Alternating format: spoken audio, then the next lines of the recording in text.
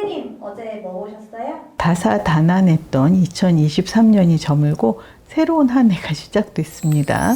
테레비평을 많은 방송사 분들이 보시더라고요. 그런데 주제나 만듦새에 대한 얘기는 별로 없는데 구독자 여러분 얘기를 그렇게들 하세요. 이렇게 수준 높은 물 좋은 채널이 드물다면서 감탄들을 하시는데요. 저도 그 부분 긍지로 여기고 있습니다. 제가 나이 어릴 때는 인복이 없는 편이었어요. 그런데 늙음하게 인복이 터지네요. 이름도 얼굴도 모르는 구독자 여러분이 저에게는 든든한 백입니다. 구독자 여러분을 생각하면 절로 미소가 지어져요. 여러분, 올 한 해도 신세를 또 지게 됐습니다. 잘 부탁드려요. 오늘은 가족 리얼리티 프로그램 얘기를 하려고 합니다.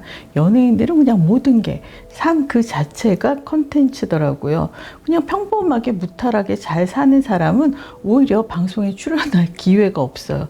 요지경 세상입니다. 가족 리얼리티의 폐해는 일찍이 SBS 스타부부쇼 자기야가 입증한 바 있죠. 무려 10여 쌍이 이혼에 이르렀잖아요. 그 못지않게 KBS 살림하는 남자들 출연자 중에도 이혼 부부가 속출하고 있는데요. 저는 대체로 뭐하러 방송에 나와서 저런 얘기까지 하지? 혀를 차면서 보는 쪽이에요. 그런데 최근에 방송 출연 정말 잘했네. 제작진이 좋은 일 했네. 이런 게 바로 방송의 순기능이지. 기꺼이 박수를 보내게 되는 프로그램이 있습니다. 또 반대로 그와 달리 아니 저 집안은 또 방송에 왜 나오는데 이제 궁금한 것도 없구만.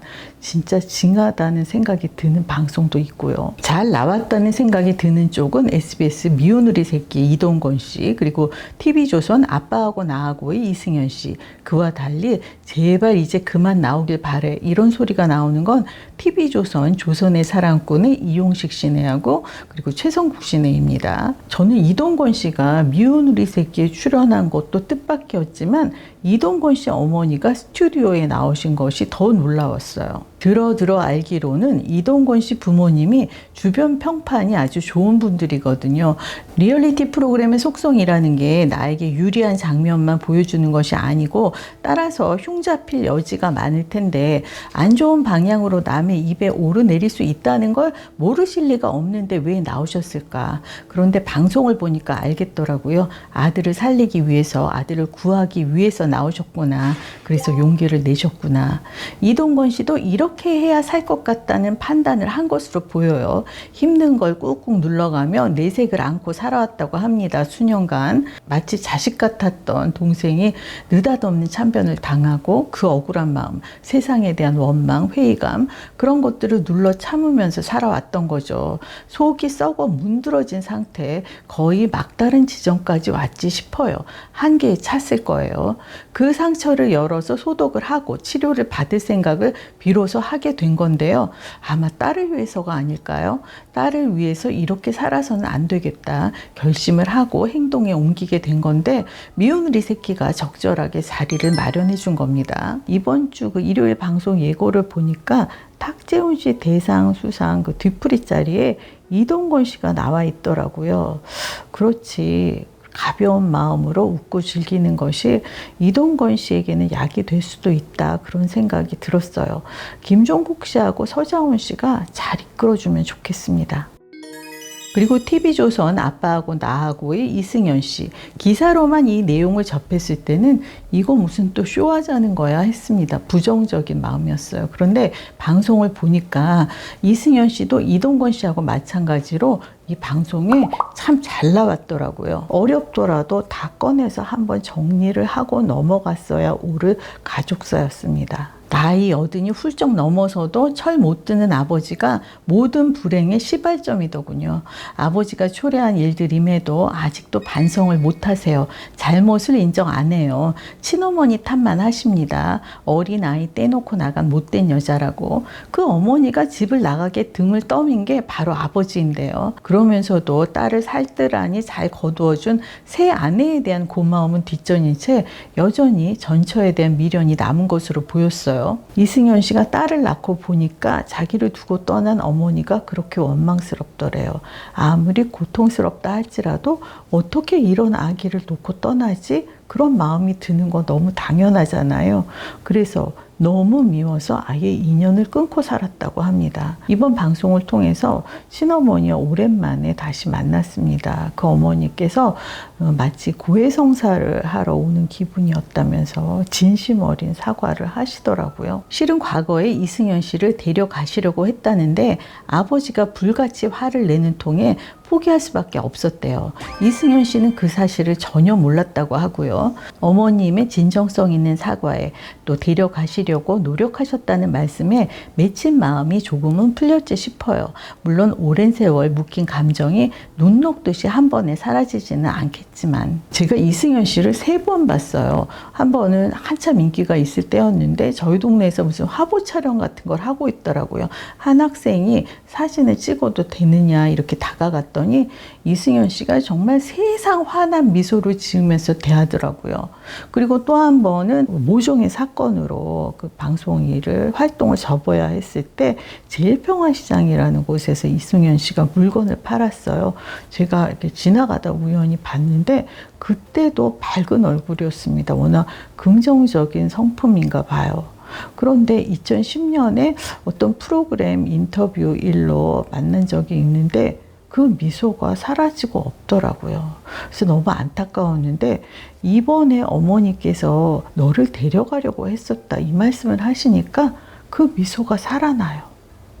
아빠하고 나하고 제작진 정말 잘하셨습니다. 아빠하고 나하고의 강주훈 씨 가족도 나옵니다.